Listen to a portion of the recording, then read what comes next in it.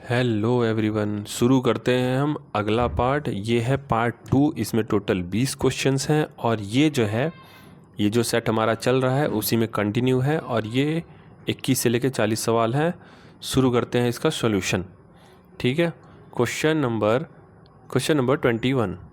माना n वह बड़ी से बड़ी संख्या है जिससे 1300, 4660 और 6900 को विभाजित करने पर समान शेषफल बचता है।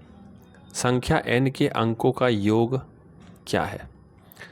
देखो, ऐसे क्वेश्चंस में ना इस क्वेश्चन के जो पैटर्न होते हैं ना सॉल्व करने के, इसके फिक्स पैटर्न होते हैं।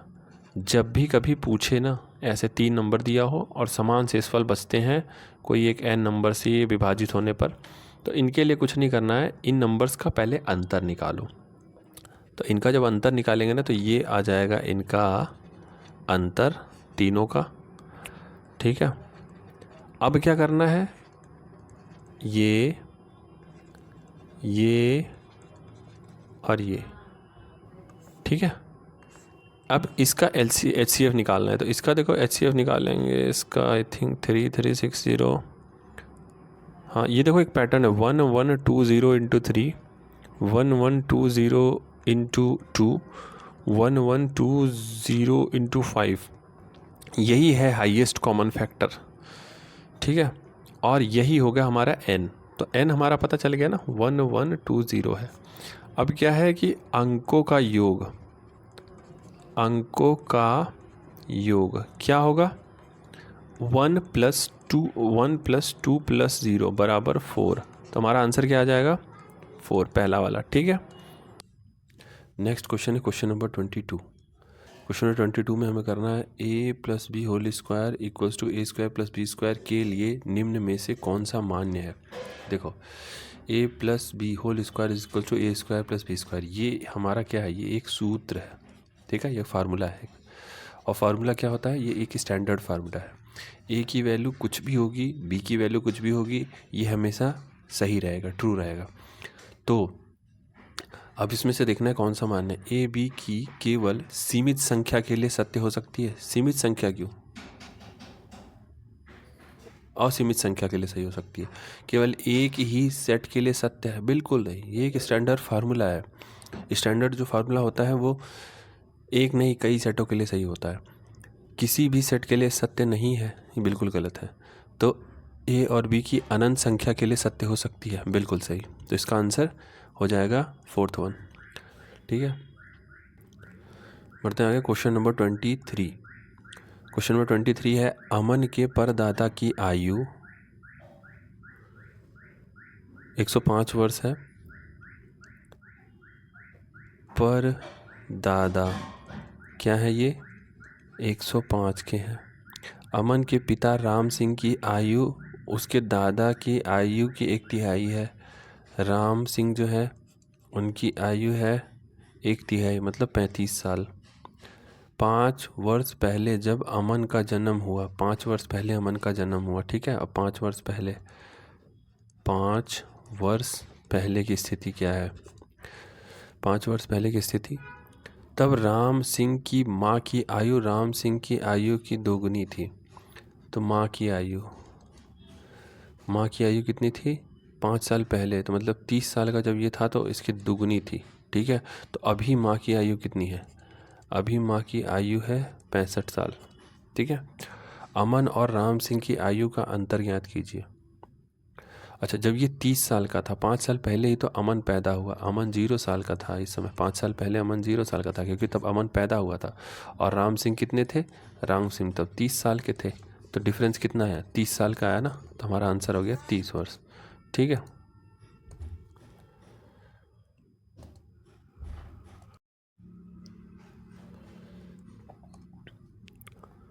बढ़ते आगे। Next question, question number 24। 24वां क्वेश्चन है एक लैपटॉप का मूल्य 27,000 है। 2 वर्ष की एक्सटेंडेड वारंटी खरीदने के लिए आपको 15% अतिरिक्त भुगतान करना होगा। लैपटॉप का अंतिम मूल्य ज्ञात कीजिए यदि पूरी राशि पर 6% GST का भुगतान किया जाना है। लैपटॉप का मूल्य हो गया 27,000। ठीक है, अब इसमें 2 वर्ष की एक्सटेंडेड वारंटी चाहिए तो 15% जो है और देना पड़ेगा। किसका 15%? 27,000 का। ठीक है, जो भी नंबर आएगा ना उस पे 6% और लगेगा GST। ठीक है, तो पहले इसको हम हल कर लेते हैं, इसको कैलकुलेट करते हैं। तो ये आएगा 27,000 प्लस 15%, 27,000 का। तो ये 2 0 कट जाएगा और ये हो जाएगा। इसको जो हम सॉल्व करेंगे तो ये हमारा आएगा 27, 270, 3,050। ठीक है, 1 मिनट, 270, अच्छा 4 आएगा, 4,050 आ गया। ठीक है,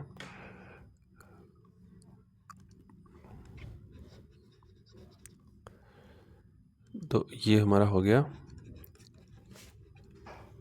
प्लस ये, तो ये हमारा टोटल हो गया 31050। इतना रुपीज़ तो हो गया। अब इस पे 6% का GST लग रहा है। ठीक है, तो इसका हम 6% निकालेंगे और इसी में ऐड कर देंगे। तो 31050, अब इसका 6% क्या होगा? 6%, 6% ऑफ 31050, 0 कैंसिल आउट हो गया, ये 3 हो गया, ये 5 हो गया और ये 6 हो गया, 2 हो गया, 1 हो गया। तो ये हमारा हो गया 3 2 6, 18।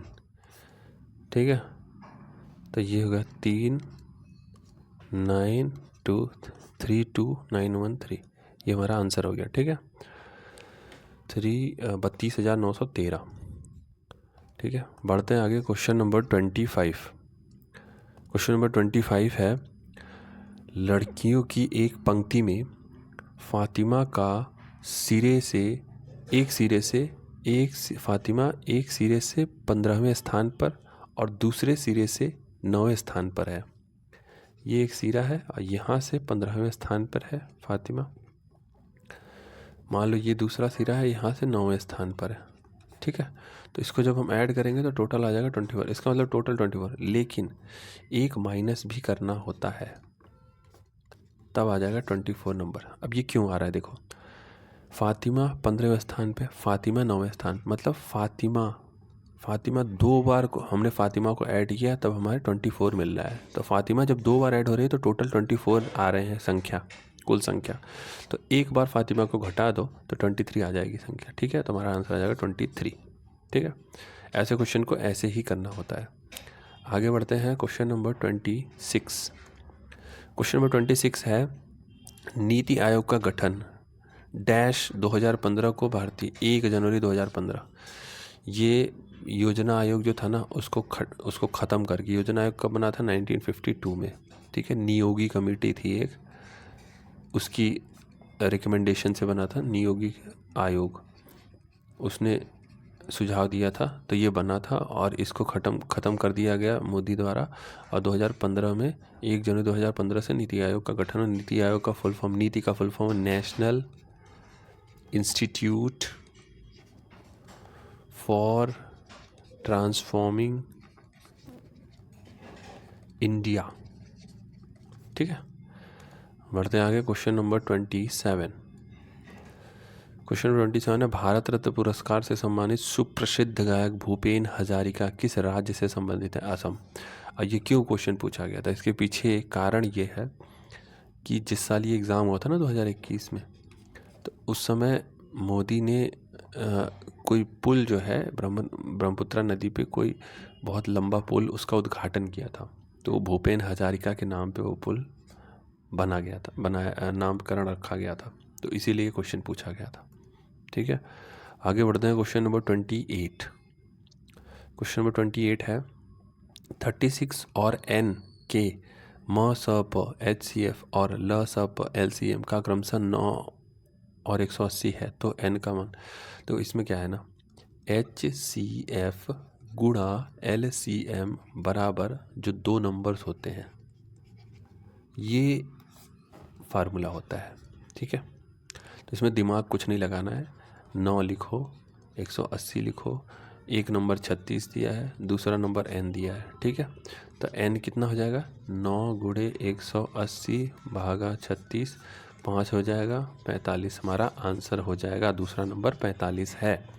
ठीक है, बढ़ते आगे क्वेश्चन नंबर 29। क्वेश्चन 29, √4 का मान ज्ञात कीजिए। √4 क्या है? देखो, जब भी कभी रूट हटता है ना, जल्दीबाजी में हम क्या पता केवल 2 मार दें, लेकिन ये आंसर नहीं है। जब भी रूट हटता है ना तो प्लस माइनस दोनों दे के जाता है, तो +-2 होगा आंसर। ठीक है, बढ़ते हैं आगे क्वेश्चन नंबर, नेक्स्ट क्वेश्चन पे आते हैं। 1 मिनट। हाँ, नेक्स्ट क्वेश्चन है क्वेश्चन नंबर 30। यदि 10 क्रमागत घंटों के दौरान एक रेलगाड़ी की चाल A1, A2, A3, A4, A5, A6, A7, A8, A9, A10 है, तो रेलगाड़ी की औसत चाल। औसत मतलब क्या होता है? औसत मतलब होता है मीन, मतलब माध्य। गुणोत्तर माध्य नहीं होता है, हरात्मक माध्य नहीं होता है, समानांतर माध्य, यस समानांतर माध्य तो होता है। ठीक है, तो ये हो गया हमारा आंसर। बढ़ते हैं नेक्स्ट क्वेश्चन पे। Question number 31। यदि a + b √2 whole square equals to 19 + 6 √2, तो a का मान डैश के बराबर है। a का मान हमें पता करना है। ठीक है, देखो इसमें इस क्वेश्चन को ना हम 2 तरीके से कर सकते हैं। या तो क्या करेंगे, ये जो होल स्क्वायर दिया है ना, इसको हम फैला देंगे, खोल देंगे इसको। ठीक है, और √2 के साथ जो मिलेगा उसको हम 6 के बराबर दिखा देंगे, और बाकी जो संख्या है वो 19 के बराबर दिखा के एक समीकरण बना लेंगे। ठीक है, तो हम इसको किसी भी तरीके से कर सकते हैं। इसको हम ऐसे करते हैं, इसको हम कन्वर्ट करने की कोशिश करते हैं स्क्वायर में, होल स्क्वायर में। अगर ये होल स्क्वायर में हो गया ना तो सीधे हम इक्वेट करके निकाल देंगे बराबर बना के। ठीक है, तो a + b √2 होल स्क्वायर है। ठीक है, अब ये देखो 19 + 6 √2 है। ठीक है, देखो ये √2 वाला हिस्सा ना यहीं खेल हुआ होगा, तो कैसे करते हैं इसको, 2 × 3 × √2। अब देखो ये तो हो गया 2ab, अगर ये a होगा तो 9 + 2 11 नहीं हो रहा है। ठीक है, तो इसको हम ऐसे ट्राई करते हैं। देखो 19 + 2 × 3 √2, अगर ये पूरा a मान लेते हैं और 1 मान लेंगे b। ठीक है, ये a मान लेंगे, ये b मान लेंगे, तो a + b का होल स्क्वायर मतलब 3 ये ऐसे 3 √2 + 1 का स्क्वायर। अब देखो इसको खोलते हैं तो ये कितना आ जाएगा, 18 + 1 + 6 √2, मतलब ये 19 + 6 √2। ठीक है, समझ रहे हो, हमें वही मिल रहा है। इसका मतलब ये हो गया हमारा। अब क्या होगा, हमें मिल गया ये, तो अब 3 √2 + 1 होल स्क्वायर, इसको इक्वल किसके बनाना है, a + b √2 होल स्क्वायर। ठीक है, तो √2 के साथ क्या है, 3 है, तो ये हमारा b हो जाएगा और a 1 हो जाएगा, तो हमारा a 1 हो जाएगा और b कितना हो जाएगा, 3। ठीक है, तो a हमारा 1 हो जाएगा, आंसर निकल जाएगा। बढ़ते हैं आगे क्वेश्चन नंबर 32। क्वेश्चन नंबर 32 है, एक बाल्टी में दूध और पानी को 2:1 के अनुपात में मिलाया जाता है। यदि दूध और पानी का अनुपात 1:2 करना हो, देखो दूध और पानी, और इसमें क्या करना है, मतलब दूध ज़्यादा से कम करना है, मतलब पानी मिलाना है। ठीक है, तो मिश्रण में पानी की कितनी मात्रा मिलाई जाएगी। पानी मिला रहा है ना, तो सिर्फ पानी पानी, देखो 1, इसमें कितना दूध और पानी है ना, तो पानी कितना हुआ पानी कितना था? पानी था हमारा 1/3, यही था ना। और इसको बनाना है हमें, कितना बनाना है हमें? इसको बनाना है हमें, पानी को 2/3 बनाना है, ठीक है। तो कितना यूनिट इंक्रीज़ करना है? 1/3, ठीक है। इतना पानी हमें मिलाना है। तो ये 1/3 पानी कितने में था? 1 बाल्टी में था, ठीक है। तो 1/3 हमें मिलाना है, तो कितना बाल्टी और मिलाएंगे? 1 बाल्टी मिलाएंगे ना, 1 बाल्टी पानी, क्योंकि 1 बाल्टी यूनिट, अब इसमें यूनिट देखेंगे हम, ये 1 यूनिट है और ये यूनिट, दोनों 1/3 ये तो है। तो 1 बाल्टी, ये भी 1 बाल्टी। ये समझ में ना आता हो, इससे चलते हैं। देखो, पहले जो अनुपात था वो था 1/3, ठीक है, ओके। और 2/3 बनाना है हमें, 2/3 हमें बनाना है। और हम पूरी तरीके से पानी मिला रहे हैं, तो हम 1 पानी मिला रहे हैं, 1 बाल्टी पूरा भर के उसमें, ठीक है, फुल पानी है। और 1/3 था पानी और उसको हम 2/3 कर रहे हैं। तो ये आता है इस तरीके से, ये मिक्सचर एलिगेशन वाला मेथड है। इन दोनों का अंतर कितना हुआ? 1/3। इन दोनों का अंतर कितना हुआ? 1/3। तो रेशियो कितना आ रहा है? 1:3। देखो, 1/3 पानी कब था? जब 1 बाल्टी था। तो उसी रेशियो में 1 बाल्टी जब हम पानी मिलाएंगे तब हमें 1/3 मिलेगा, ठीक है। तो आंसर 1 पूरी बाल्टी हो गई हमारी, ठीक है। बढ़ते हैं क्वेश्चन नंबर 33। क्वेश्चन नंबर 33 है, अंतर्राष्ट्रीय क्रिकेट परिषद में मैच रेफरी के रूप में नियुक्त की जाने वाली प्रथम भारतीय महिला का नाम बताइए। ये है करंट अफेयर का क्वेश्चन, अभी के लिए रिलेवेंट नहीं है, ठीक है। स्पोर्ट्स के करंट को ध्यान देना, लेकिन उस समय इसका आंसर था GS लक्ष्मी, ठीक है। बढ़ते हैं आगे, क्वेश्चन नंबर 34। क्वेश्चन नंबर 34 है, उस विकल्प का चयन करें जिसका तीसरे पद से वही संबंध है जो दूसरे पद का पहले पद से है। EIOR, HFRO, JLQW। देखो, ई के बाद H आ रहा है ना, तो E, F और G, फिर H आ रहा है, तो J के बाद KL, फिर M आएगा, ठीक है। 2 आ रहा है ना, 2 के डिफरेंस पे, तो J के बाद एक ही में M है, तो हमारा आंसर हो गया, ठीक है। इस तरीके से बढ़ते हैं आगे, क्वेश्चन नंबर 35। क्वेश्चन नंबर 35 है, विकल्पों में दी गई 4 नदियों में से 3 के बीच एक निश्चित संबंध है जबकि उनसे असंगत है, एक उनसे असंगत है। उस नदी का चयन करें जो अन्य से असंगत है। तो हमें असंगत देखना है। उत्तर है गोदावरी। और ये गोदावरी क्यों है? देखो, ये क्या है ना, हिमालय की नदियाँ हैं, ठीक है, हिमालय की नदी है। और ये क्या है? पेनिनसुलार की नदी है। इसको मुझे लगता है हिंदी में बोलते हैं प्रादीपीय नदी, ऐसे कुछ बोलते हैं, ठीक है। तो पेनिनसुलार की नदी है गोदावरी, ये है ना हमारा इंडिया।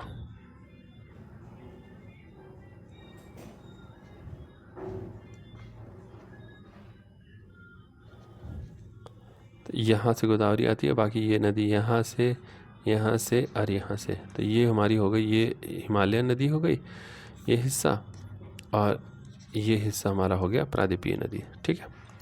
बढ़ते हैं आगे, क्वेश्चन नंबर 36। क्वेश्चन नंबर 36 है, भारतीय रिजर्व बैंक की स्थापना 1 अप्रैल डैश को, 1 अप्रैल डैश मतलब क्या? 1935। ये पहले भी क्वेश्चन पूछ रखा है और ये रिपीट मारता है, ये क्वेश्चन बहुत इंपॉर्टेंट है। तो 1935, 1 अप्रैल 1935 को किया गया था। एक चीज़ और ऐड कर लेंगे हम कि 5 करोड़ की शेयर पूंजी से शुरू किया गया था। और इस जो RBI है ना, उसका राष्ट्रीयकरण कब हुआ था? 1949 में। ये भी बहुत इंपॉर्टेंट है, ठीक है। आगे बढ़ते हैं, क्वेश्चन नंबर 37। क्वेश्चन नंबर 37 है, निम्नलिखित में से कौन सा भारतीय संसद का एक अंग नहीं है? तो भारतीय संसद का अंग कौन है? राष्ट्रपति है, राज्यसभा है, लोकसभा है? ये नहीं है, ये राज्य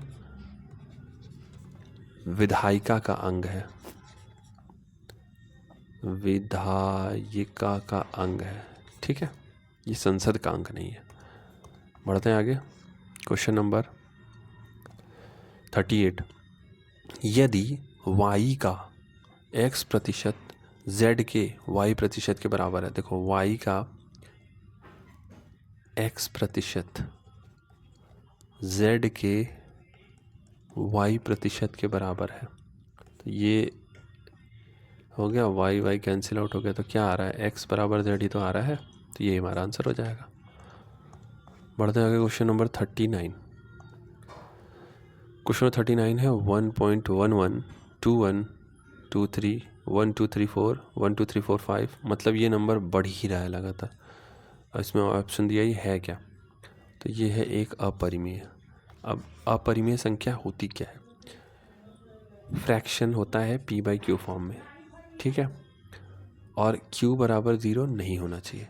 तो जब भी हम किसी संख्या को p/q के फॉर्म में लिख सकते हैं तो वो परिमेय संख्या हो गया, और जब हम p/q के फॉर्म में नहीं लिख सकते तो वो अपरिमेय संख्या होगा। नहीं लिख सकते मतलब इस तरीके का नंबर। अब इसका एक उदाहरण बताता हूँ, जैसे 4/5 है, ठीक है, ये 0.8 है, डेसिमल में भी है, लेकिन इसको इस फॉर्म में लिख सकते हैं, इसको तुम p/q के फॉर्म में नहीं लिख सकते, तो इसीलिए अपरिमेय, मतलब ये दशमलव के बाद बढ़ता जाएगा, मतलब कभी ख़त्म नहीं होगा, एंडलेस, ठीक है। बढ़ते हैं आगे। क्वेश्चन नंबर 40, क्वेश्चन नंबर 40 है, 1978 में निम्न में से कौन गवर्नर जनरल बना और कलकत्ता में अपने लिए एक विशाल महल गवर्नमेंट हाउस का निर्माण कराया? तो इसका आंसर है वेलेस्ली। अब वेलेस्ली क्यों है? देखो हुआ क्या था ना, 1798 में वेलेस्ली बन गया हमारा गवर्नर जनरल, ठीक है, और ये रहा 1805 तक, ठीक। वेलेस्ली ही था जो सब्सिडरी अलायंस शुरू किया था, ठीक है, सब्सिडरी अलायंस, जिसमें निज़ाम ऑफ हैदराबाद जो था वो पहला था जो ये ज्वाइन किया था इसको, ठीक। और वेलेस्ली बड़ा ही कट्टर था, बड़ा ख़तरनाक था, ठीक है। सब्सिडरी अलायंस 4 चरणों में इसको करता था, ये अप्लाई करता था, इसको कहते हैं लागू होता था ये 4 चरणों में, 4 स्टेजेस में, ठीक है। तो ये पूरा हो गया इससे रिलेटेड फैक्ट। बाकी पार्ट्स हम अगले वीडियो में करेंगे।